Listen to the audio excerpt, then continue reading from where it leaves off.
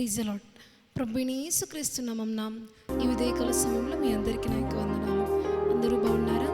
ప్రతిదినం దేవుడిచ్చే వాగ్దానాన్ని సొంతం చేసుకుంటున్నారని విశ్వసిస్తున్నాను.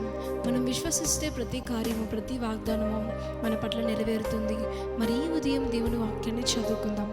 మత్తయి సువార్త 5వ అధ్యాయము 6వ వచనం. నీతి కొరకు ఆకలి దప్పులు గలవారు ధన్యులు, వారు తృప్తిపరచబడుదురు. ఆమేన్.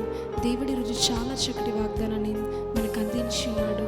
నీతో దేవుడితో నువ్వు ఉన్నావు కాబట్టి నీతి కోసం నువ్వు ఆకలి దప్పులు కలిగి ఉంటే, నీతిని నువ్వు ఎప్పుడు అపేక్షిస్తే దేవుడు ఖచ్చితంగా నిన్ను తృప్తిపరుస్తాడు.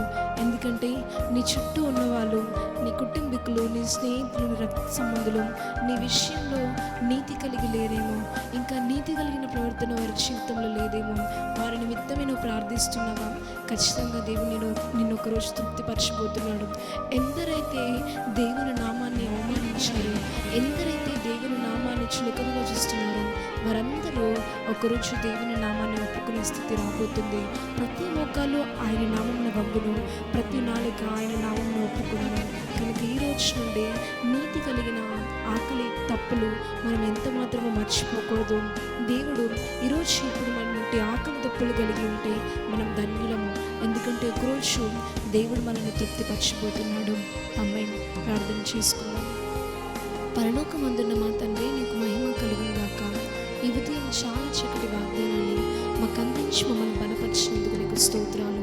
నీ కృప కలిగిన ప్రేమ, నీ దయ కలిగిన హస్తము మాకు మీరు తోడుగా ఉంచండి. నీతి నిమిత్తమే ఆకలి దప్పులు కలిగి ఎంతమంది అయితే ఉన్నారో వారిని మీరు తృప్తిపరచండి. మహిమ, ఘనత, ప్రభావం ఉంచుకుంటూ ఎందరైతే ఈ వాగ్దానాన్ని విని విశ్వసించారో వారందరి జీవితంలో ఈ వాక్యాన్ని నెరవేర్చమని ప్రభు యేసుక్రీస్తు నామములో అడిగి బతిలాడి వేడుకుంటున్నాము.